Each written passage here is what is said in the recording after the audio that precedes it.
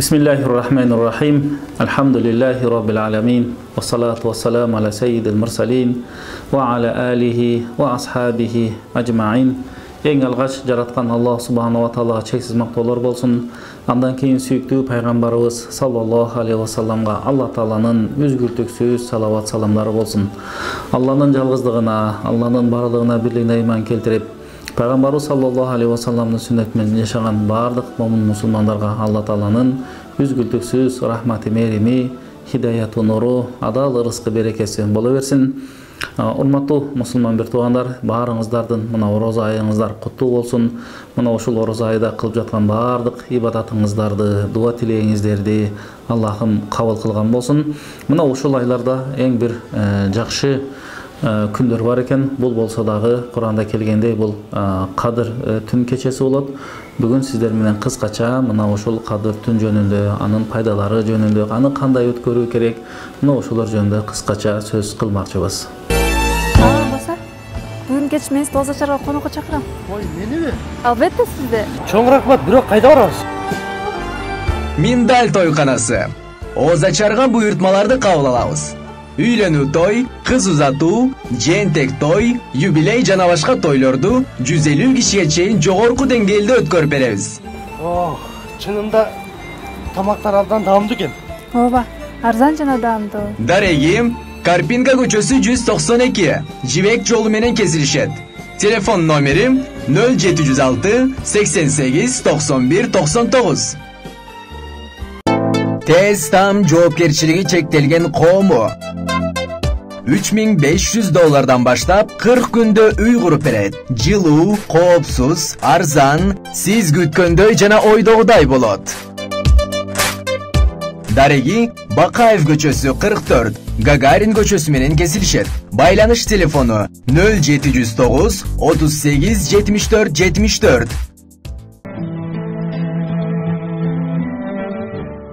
Аллах Субхана ва Таала Кур'ан Каримде бул Бакара сүрөсүндө мындай деген аят бар. Шахру Рамадан аллази унзила фихил Кур'ан худан линнас ва баййинатин минал худа вал фуркан. Бул аяттын мааниси ушундай берекелүү орозо айында Аллах Субхана ва Таала Кур'ан Каримди түшүрдү. Мына ошол Кур'ан Каримде бардык Алла Тааланын буйруктары бар болуп, ал адамдарды туура жолго баштай турган Кур'ан. Фаман шахида минкум шахра фалиясумху, эми ким мына ошол орозо айына күбө болгон болсо, ал адамдар орозо кармасын. ومن كان مريضا أو على سفر فعدة من أيام أخرى. Алеми ким орозо учурунда ооруп калса же сапарга чыккан болсо, аларга орозо кармабаганга уруксат берилет. Юридуллаху бикумул юсра ва ла юриду бикумул уср. Алла Таала силерге дайыма жеңилдикти каалайт, кыйынчылыкты каалабайт. Жана мына ошол орозонун күндөрүн толук толтургула.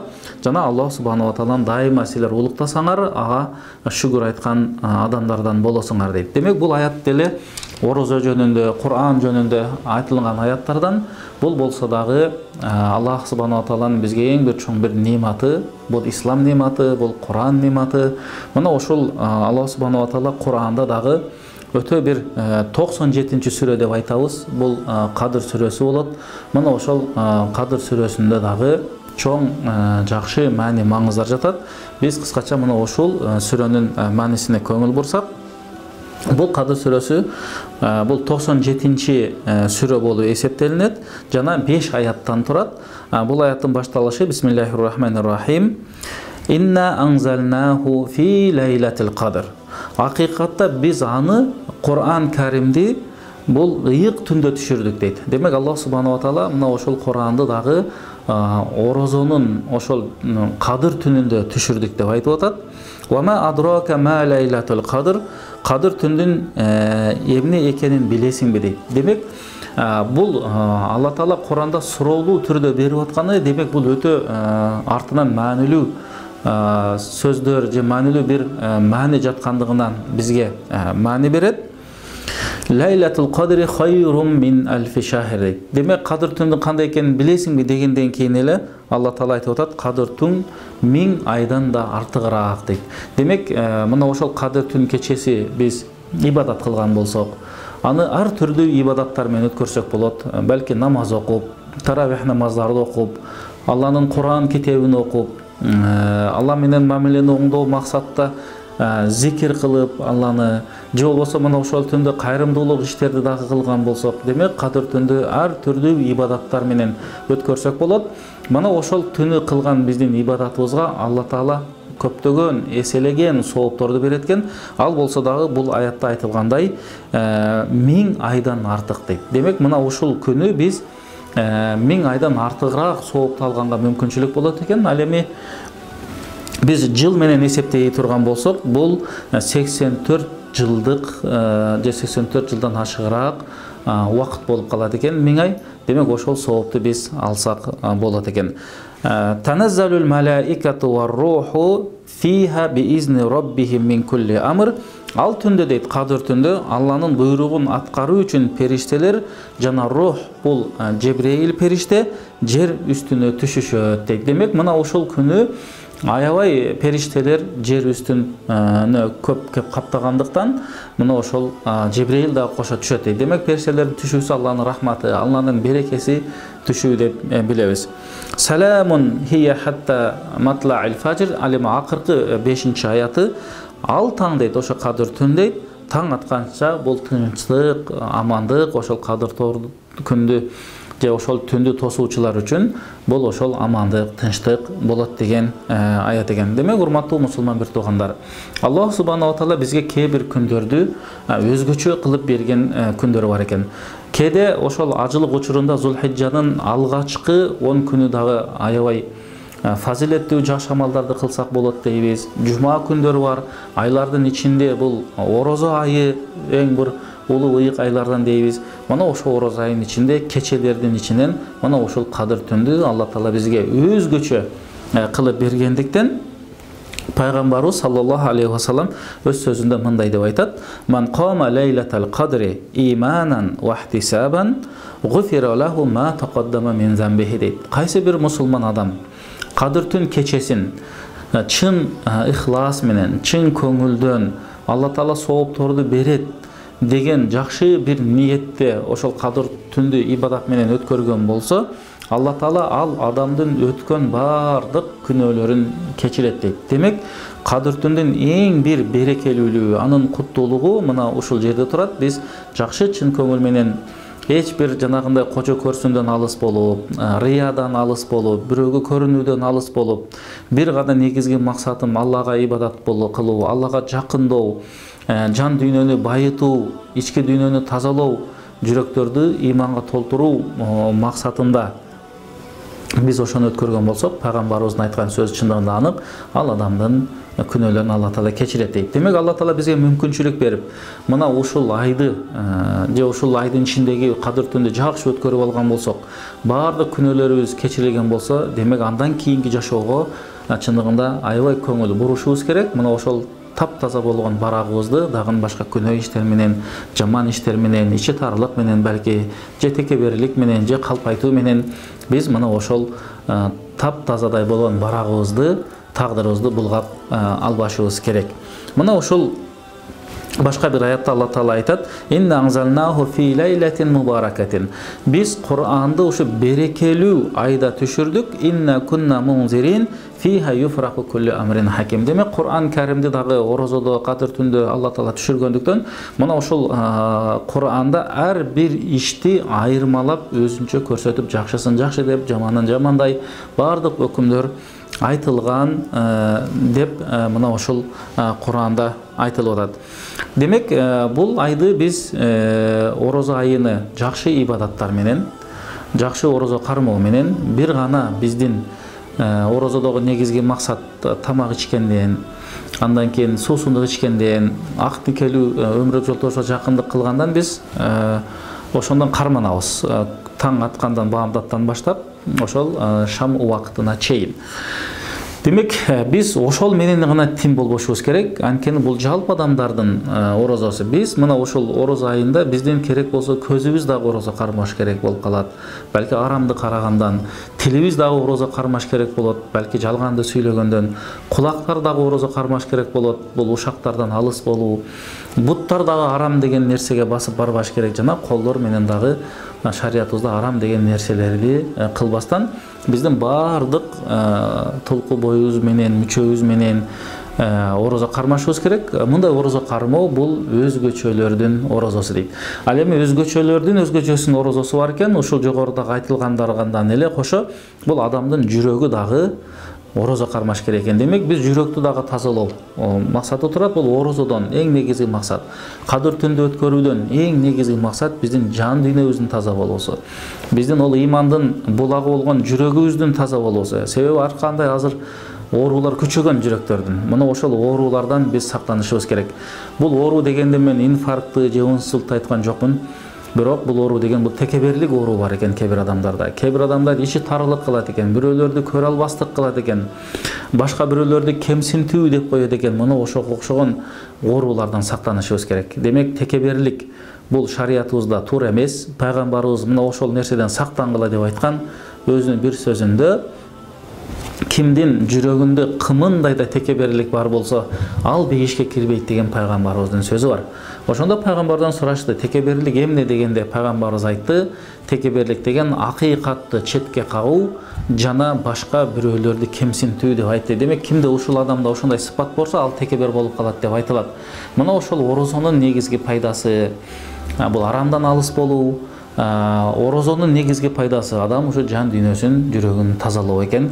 Кадыр түндөн дагы негизги ибадат кылгандан негизги пайданы биз мына ушул жактан алып чыгышыбыз керек. Анан кадыр түндө тосуп алып эртеси күн дагы таразадан алдай бере турган болсок, анда ал кандай кадыр түн болуп калды? Кадыр түндө тосуп алып Кудай деп эртеси күн дагы бирөөгө калп айтып, бирөөгө кол салып, же бирөөнүн малын тартып алып, же кыянатты кылып, же үй бүлөнү бакпай таштап койгон болсок, анда кадыр түн тосконубуздан эмне пайда алдык? Мына ошондуктан орозону аябай жакшы пайдаланганга баарыбыз аракет кылалы. Эми бул жерде кыскача биз кадыр түндүн маанисине дагы өтөлү. Кадыр түн эмне үчүн ушинтип аталып калган, анын кандай мааниси бар дегенде биздин алымдарыбыз айтат экен. Кадыр деген бул тагдыр деп арабтын ашараф ва таъзим, мындайча улуктоо, урматтоо деген дагы маанилери бар экен. Анткени Аллах субханаху ва таала Кур'анды ушул күнү, ушул түнү түшүргөндүктөн ал кадырлуу, барктуу болду деген дагы маанилери бар болуп туруп, мына ошол күнү ибадат кылган адам дагы Алланын алдында чындыгында кадырлуу, барктуу болуп калат экен. Мына ошондой дагы маанилери бар. Башка бир мааниде Халил ибн Ахмад деген алым айтат, кадыр дегендин мааниси, кадыр түн дегендин мааниси бул аябай тар маанини түшүндүрөт дейт. Мындайча айтканда, ошол күнү периштелер аябай жер бетине көп болгондуктан жерлер тарып, орун бут койгонго орун калбай калат. Ушундай дагы мааниси бар экен деп бул алымыбыз айткан экен. Демек, бул кадыр түндүн дагы ошондой маанилери бар. Мына ошол маанилерине да биз көңүл бурган болсок, периштелердин көп түшкөндүгү, Алла Тааланын берекелүү куттуу кылгандыгы, анын урматтуу, улуу кылгандыгы дагы мына ошол маанилеринде турат. Кадыр түндүн дагы өзүнүн бир өзгөчөлүгү бар экен. Ал өзгөчөлүктү пайгамбарыбыз саллаллаху алейхи ва саллям мындай деп айтат: "Инна хаза шахра кад хадаракум" дейт. Мына силерге пайгамбарыбыз айтат, берекелүү, жакшы, куттуу ай келди дейт. Вафихи лайлатун хойру мин альфи шахар. Мына ошол берекелүү куттуу орозо айда бир күн бар, бир түн бар, ал 1000 айдан дагы жакшы дейт пайгамбарыбыз. Ман харумаха факат харума хойруха дейт. Ким мына ошол кадыр түндү жакшы өткөрө албаса, жакшы пайдалана албаса, ал бардык жакшылыктардан кур калды дейт. Вала юхараму хойруха илля махрум. Демек, бул кадыр түндүн баркына жетпеген адам гана анын сообунан, анын жакшылыгынан, анын берекесинен, анын куттуулугунан ал кур калат дейт. Демек, пайгамбарыбыздын бул сөзүнө дагы эгер маани карай турган болсок, биз өзүбүздүн жан дүйнөбүздү байыта турган, жан азык ала турган күн болгондуктан келиңиздер мына ушул күндү дагы Кудай деп бисмилля деп чын ихлас менен, чын көңүлдөн, башка бирөөгө көрүнбөстөн, же башка бирөөгө мактанбастан Кудай менен болгон мамилени оңдошум керек деп мына ушул түндү пайгамбарыбыздын осуятына амал кылып өткөрөлү.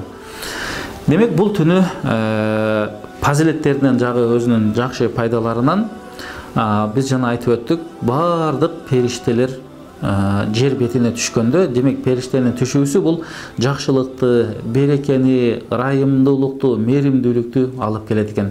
Демек биз дагы мына ошондой жакшы сыпаттар менен өзүбүздү сыпаттап, үй бүлөбүзгө, ата-энебизге, айлана чөйрөбүзгө дагы биз дагы мээримдүү бололу, аларга жакшы иш кылалы, жана мына өзүбүздүн мамлекетибиздин өнүгүшүнө дагы мына ушул жактан жакшы бир салымдарды кошсок болот. Мына ушул аятта жанагы Кадыр сүрөсүндө саламун деп айттык.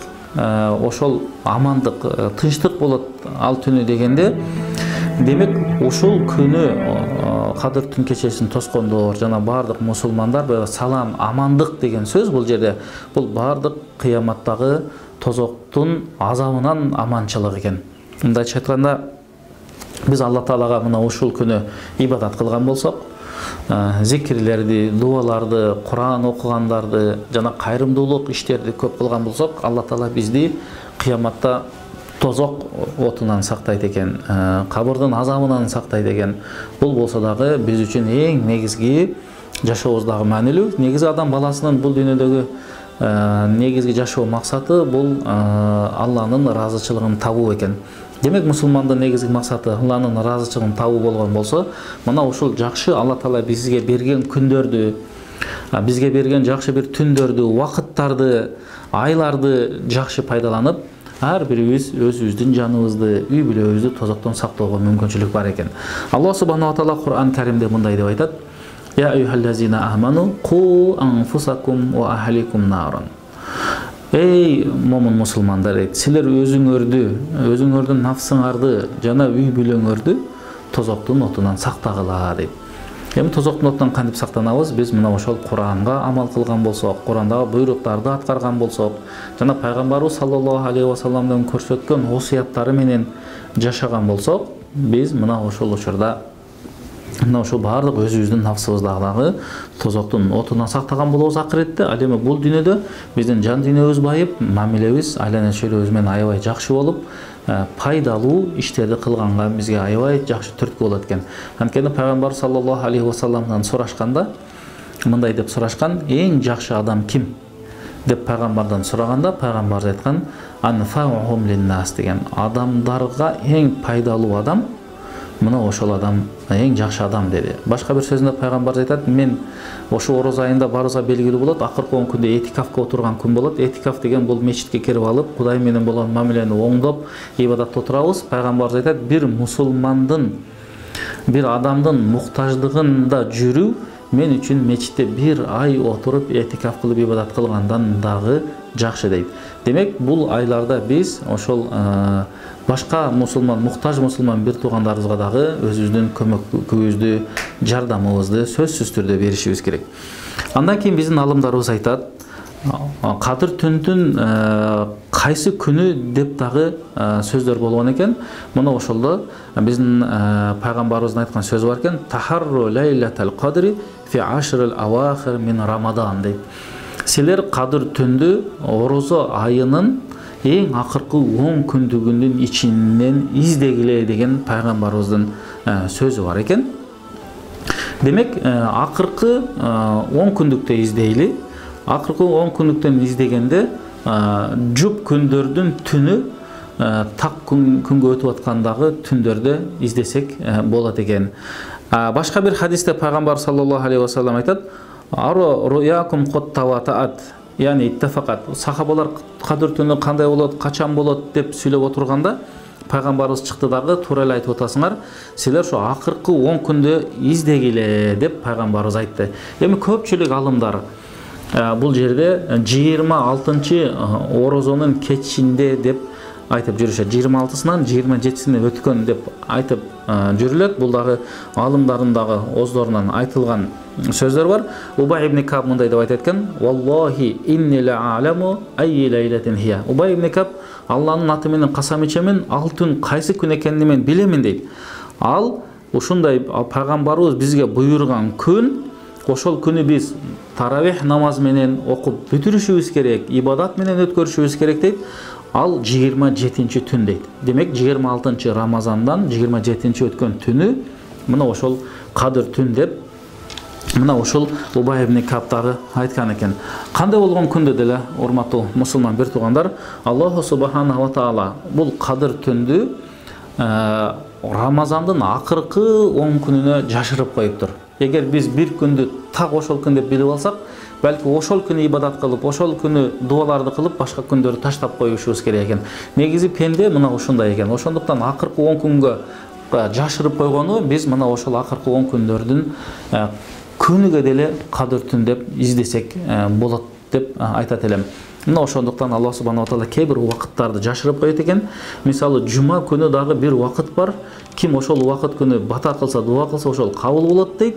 Көпчүлүк алымдар ал асырдан кийинки убакыт десе, биздин алымдарыбыз көпчүлүк айтат, бул ошол убакытты дагы Алла таала мына ошол жума күнгө жашырып койгон деп да айтылган сөздөр бар.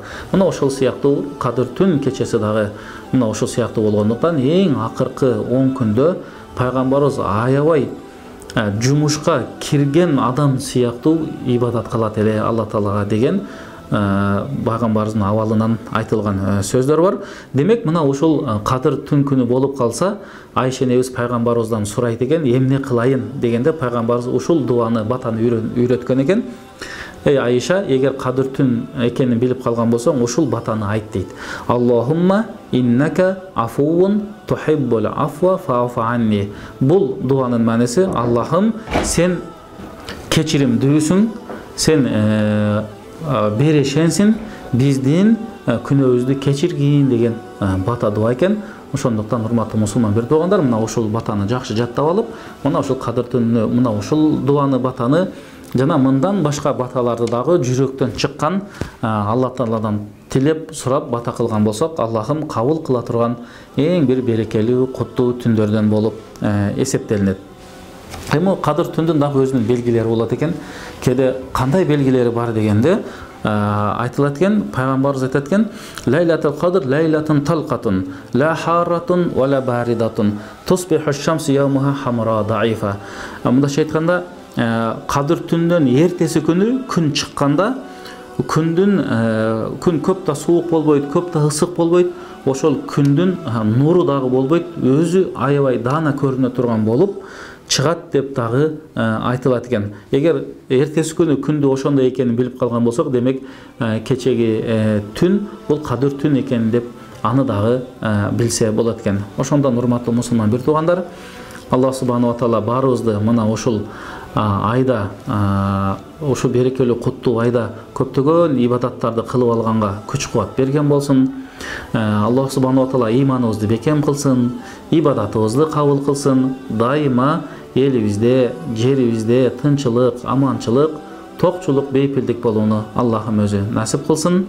Ассаламу алейкум ва рахматуллахи ва баракатух.